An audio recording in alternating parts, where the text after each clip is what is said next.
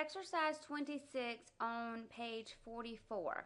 We are given a list of transactions and we are asked to indicate the effects of the transactions on the accounting equation. So remember, the accounting equation is assets equals liabilities plus equity.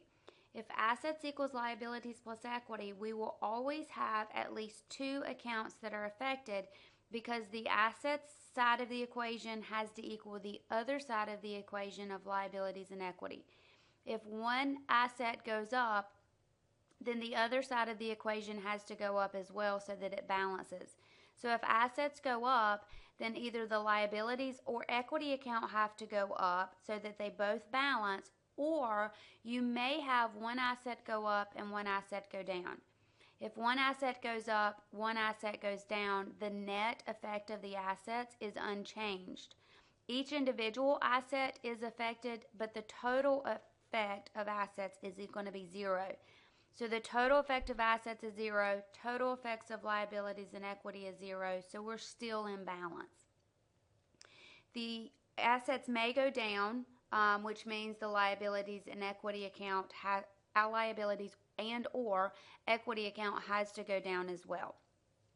So the first one is given to us, and it says received cash of $8,000 from the issuance of common stock. So we received cash. Cash is an asset, so we know that if cash is an asset and it is increasing, we have to have a liability or equity account increase as well. So we have received cash because we issued common stock. Common stock is an equity account. As an equity account going up, the accounting equation will balance. $8,000 increase in asset, $8,000 increase in common stock. The second one says we earned video rental revenue on account of $1,800. We earned rental revenue, which means we rented out a video of some sort, and when we rented out this video or these groups of videos, we actually rented them on account. We rented them on account, which means we didn't receive cash from our customers, but we're expecting to receive cash from our customers at a later date. If we're expecting to receive cash from our customers at a later date, we have an account called accounts receivable. Accounts receivable is where we're going to receive cash, so it is an asset to the company, something we're going to receive that's going to be an economic benefit where the company owns this accounts receivable. Accounts receivable is going to go up because we're expecting to receive $1,800. And accounts receivable is going to go up because we have rented the revenue. Earned the revenue. So if we have earned the revenue, we are looking at an increase in equity for the rental revenue and an increase in the asset of accounts receivable. C, we purchased office furniture on account. Furniture is something the company is going to use in order to generate revenue. You wouldn't want your customers coming in, sitting on the floor because they have no furniture to sit at and no desk to work at. So we have furniture, but it tells us it was purchased on account. When we purchase the furniture on account, we're not actually paying for it right now. We're going to have to pay for it at a later date. So we're looking at, we have an obligation to satisfy this furniture purchase at a later date. The furniture is an asset. As an asset that is going to increase, we know that the liability or equity side also has to increase. We're going to increase accounts payable, which is a liability. D, we received cash on account. We received cash. Cash is an asset. It is something that we're going to use to generate revenue. So we're looking at receiving $600 of cash on account. It is on account, and when you have on account, there's two types of account. There's the account where you're expecting to receive, and there's the account where you're expecting to pay. In this case, we're receiving cash, so we're receiving cash from the previous transaction, B, where we earned revenue on account from renting the renting the videos.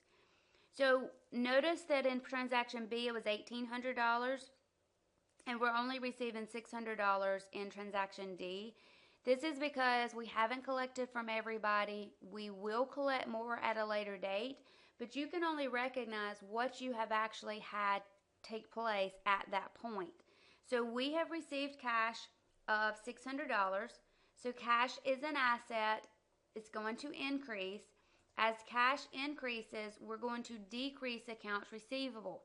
Accounts receivable is also an asset, so we have one asset increasing as another asset decreases. E, we paid cash on account. Again, pay close attention to when something is on account, what are you doing? Are you paying or receiving? Because we're paying on account, this means we had an obligation to pay for something that we previously purchased. So again, we purchased some furniture on account in transaction C, and so now we're actually accounting for, we're going to pay for some of what we owe.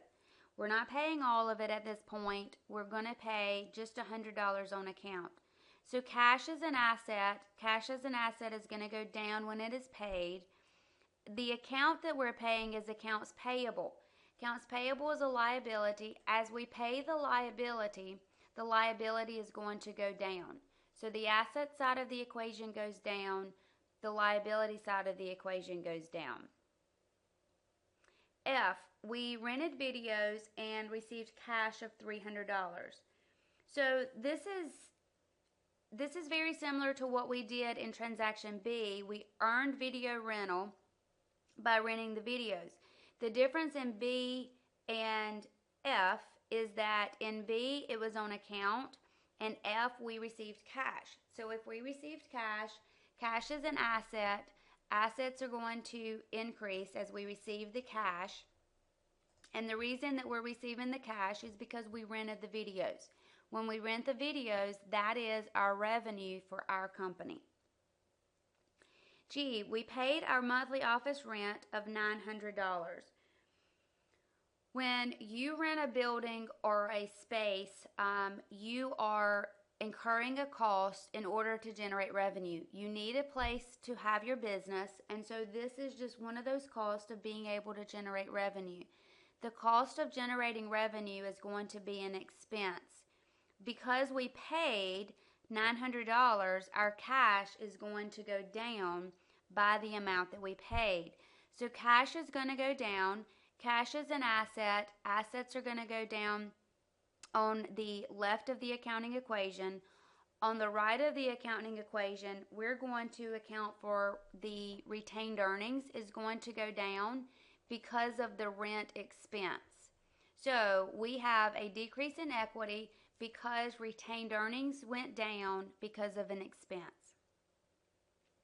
And the last one says we paid $200 cash to purchase office supplies. So if we paid cash to purchase office supplies, cash is an asset, the asset is going to go down. The office supplies are things that the company is going to use to generate revenue. This is going to include paper and pencil and markers and whatever else it may be that we need to use to generate revenue. So cash is going to go down. Cash is an asset, and it is going to decrease by $200. We purchased the office supplies. We're going to use the office supplies to generate revenue. If we use the office supplies to generate revenue, then the office supplies are an asset. So we are exchanging one asset for another. So we have a decrease in an asset for the cash and an increase in the asset for office supplies. The total assets are not changed because one asset goes up $200, another asset goes down $200. Total assets are unchanged. Total liabilities, total equity are unchanged. So the accounting equation is in balance.